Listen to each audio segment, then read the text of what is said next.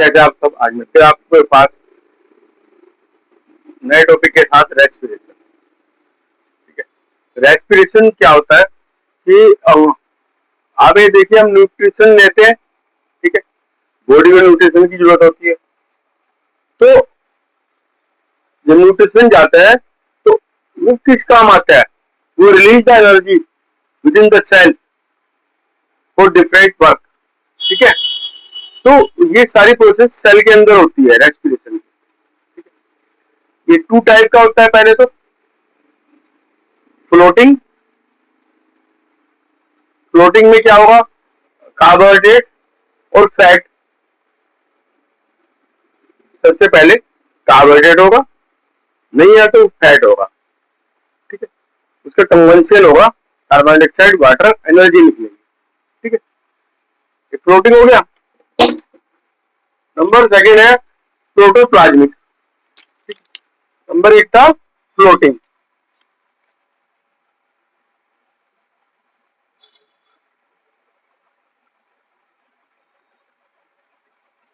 Number दो protoplasmic respiration. ये carbohydrate plus fat का होगा, है ना। इसमें भी एनर्जी निकलेगी। और ये किसका होगा? प्रोटीन का। तो ये जो है ये खतरनाक है। दिस इज डेंजरस प्रोटोप्लाज्म, क्योंकि इसमें क्या है, नाइट्रोजन निकलती है। अब नाइट्रोजन, प्रोटीन नाइट्रोजन से बना होता है। ठीक है, वो अमोनिया निकलती है। अमोनिया वो हमारे लिए बहुत ज्यादा हार्मफुल है। ठीक है, अब ये टू टाइप के और हो गए।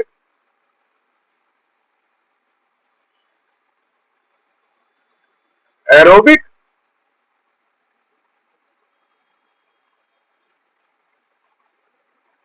एरोबिक इसमें ऑक्सीजन नहीं चाहिए, है ना। Oxygen not necessary. ठीक है, anaerobic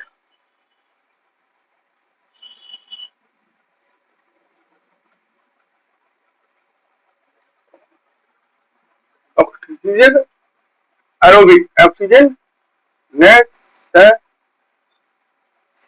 oxygen not necessary, anaerobic, aerobic.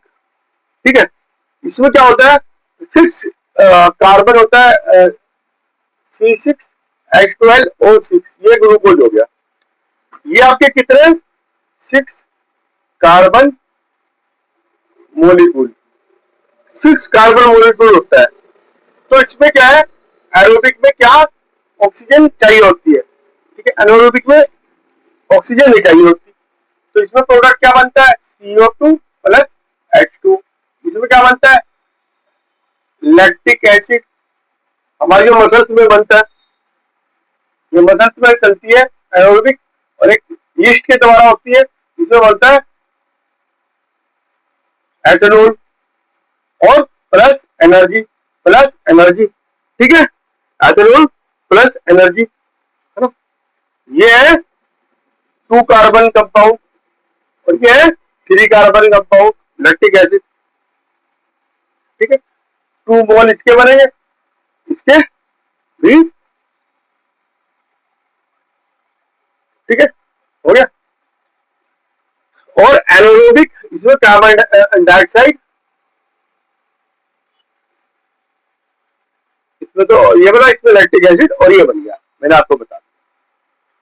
ठीक है, तो इसका क्या है, कार्बन डाइऑक्साइड और वाटर। ठीक है, एरोबिक में कार्बन डाइऑक्साइड और वाटर। ठीक है, break down of glucose. First क्या होगा, फर्स्ट स्टेप है इसका, break down of glucose into the 3 carbon compound. ये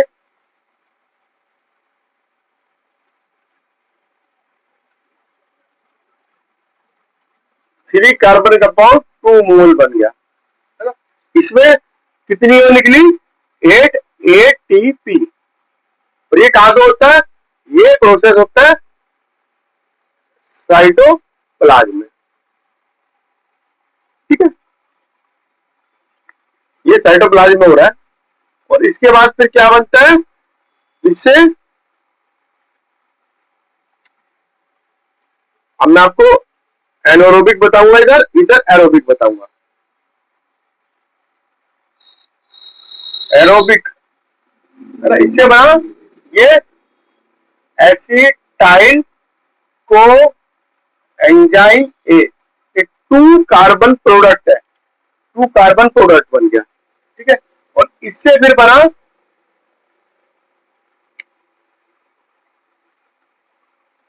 CO2 plus water plus energy 24 ATP।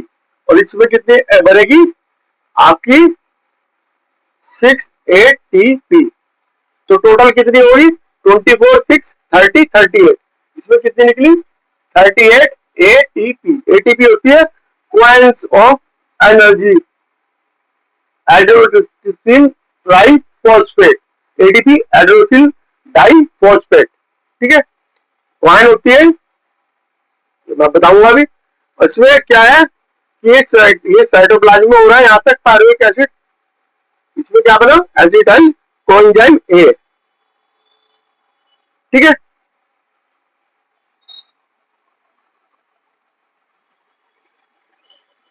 ये साइटोप्लाज्म में, और ये माइटोकॉन्ड्रिया में, ये होती है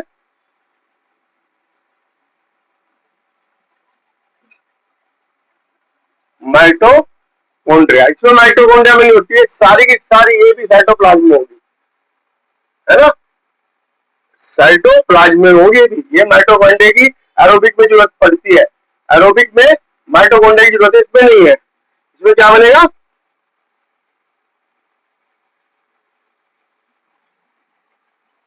इथेनॉल,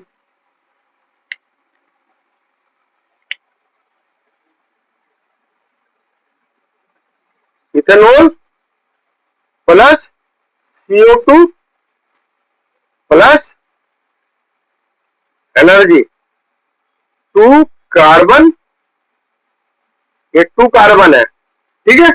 इसमें 59 किलो कैलोरी निकली और 247 kJ किलो जूल, है ना। इसमें लैक्टिक एसिड, ये भी ये 3 कार्बन प्रोडक्ट है, और इसमें CO2 प्लस एनर्जी निकली, ठीक है।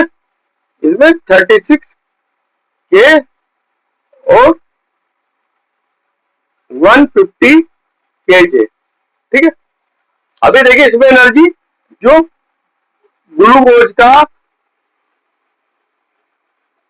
कंप्लीटली कंबंशन होता है उसमें 38 ATP निकलती है, इनकम्प्लीट हो रहा तो इसमें कम निकलेगी, ठीक है। ये हमने देखना है,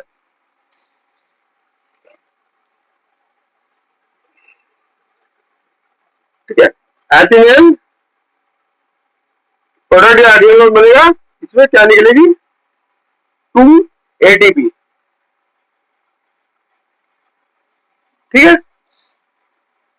ये साइटोप्लाज्म में हो रही सारी रिएक्शन, और ये सारी की सारी कहां हो रही थी, एरोबिक की माइटोकॉन्ड्रिया में, है ना। ये इतनी सेकंड जो चलती है साइटोप्लाज्म में, और ये वाली चलती है माइटोकॉन्ड्रिया में, माइटोकॉन्ड्रिया, ठीक है। ये पायरुवेट एसिड इसमें जाता है, एसिटाइल को एंजाइम में बनता है, कार्बन डाइऑक्साइड वाटर ये सब बनता है, ठीक है। ये कहां चलेगी, माइटोकॉन्ड्रिया में, और ये होगी साइटोप्लाज्म में, ये आपको ध्यान रखना है, ठीक है। और जो है कार्बन, अगर ऑक्सीजन प्रेजेंस है तो उसको क्या कहेंगे, एरोबिक। ऑक्सीजन की एब्सेंस में होगा तो एनारोबिक। जब हमारी एकदम ऐसी मसल्स में कंट्रैक्शन होता है, जैसे कि हम क्रैम्प कहते, क्रैम्प आ जाता है तो लैक्टिक एसिड बनता है, ठीक है, शॉक कंडीशन में होता है लैक्टिक एसिड। और यीस्ट के द्वारा हम जो है बाई ईस्ट फर्मेंटेशन है ना, जब फर्मेंटेशन होगा वो भी एनारोबिक होगी। हम ना एक फ्रूट जूस लिया, हमने उसमें क्या करा, फ्रूट जूस में जो है यीस्ट डाल दी, ये डालने के बाद हमने क्या करा, फ्रूट जूस के वो लिया, ये एक्टिव, इसमें ईस्ट डाल दी, ये फ्रूट जूस प्लस ईस्ट है ना, इसमें पाइप लगाई और इसे लाइम वाटर में छोड़ दिया, तो ये क्या, कौन सी गैस निकलेगी, कार्बन डाइऑक्साइड, और इसे क्या करेगी, लाइम वाटर मिल्क ही कर देगी, है ना। रेस्पिरेशन का एक और है, हमने टेस्ट ट्यूब ली, उसमें हमने फूंक मारी, ठीक है, ब्लो द एयर, तो वो क्या होगा, मिल्की हो जाएगा। और हमें इंजेक्शन लेके उससे हवा करी तो वो भी मिल्की हो जाएगा, ठीक है, और मिल्की हो जाएगा। तो इसका मतलब कि carbon dioxide present in the atmosphere and our breath, जब ब्रीदिंग करते हैं हम तो कार्बन डाइऑक्साइड एक्सेल होती है और वो एनारोबिक और एरोबिक, ठीक है। तो ऑक्सीजन प्रेजेंस है तो एरोबिक, नहीं प्रेजेंस है तो एनारोबिक, ठीक है। तो एटीपी एनर्जी का कॉइन होती है, एटीपी का coin of energy.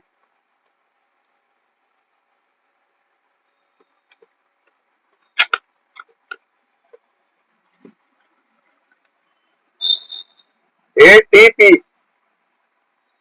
Coin of energy, ATP है ना, ये एडीपी प्लस इनऑर्गेनिक फॉस्फेट, ये इनऑर्गेनिक फॉस्फेट, तो ये बनाता है एटीपी, है ना।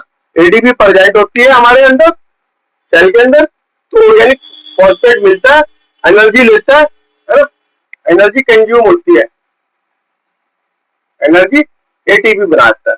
और जब ये फिर क्या करता है, एडीपी फॉस्फेट देता है और ये तो क्या निकलती है, प्लस एनर्जी। एडीपी क्या, एडिनोसिन ट्राई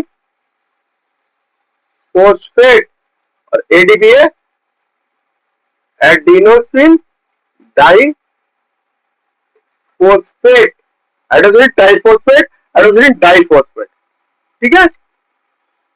तो एटीपी क्या करती है, वो इसके जो जब एनर्जी देनी होती है तो जो टर्मिनल उसके लगा होता है फास्फोरस इनऑर्गेनिक, उसको बाहर कर देती है ना, तो टूट जाता है और उससे क्या होता है कि एनर्जी निकलती है, कितनी निकलती है, 30 kJ, ठीक है, 30.5 kJ पर मोल, ठीक है। ATP can be used in the cell for the contraction of muscle, है ना,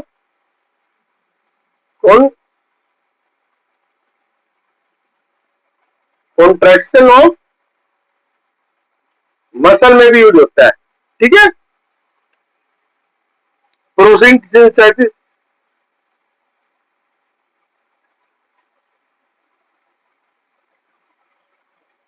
है ना, कैन कंडक्ट नर्व इंपल्स, ये सारी एक्टिविटी में एनर्जी यूज होती है एटीपी, है ना।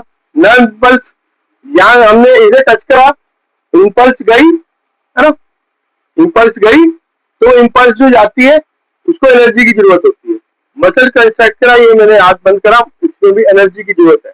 एनर्जी कहां से आती है, एटीपी से आती है, जो स्टोर रहती है एटीपी के रूप में, और वो जब एनर्जी देनी होती है तो इनऑर्गेनिक फॉस्फेट अपना हटा देती है और एडीपी बन जाती है, और वो जो है एनर्जी वो जो निकलते हैं 30.55 किलो जूल, वो यूज हो जाती है पर मोल से निकलती है, ठीक है। आज के लिए इतना ही।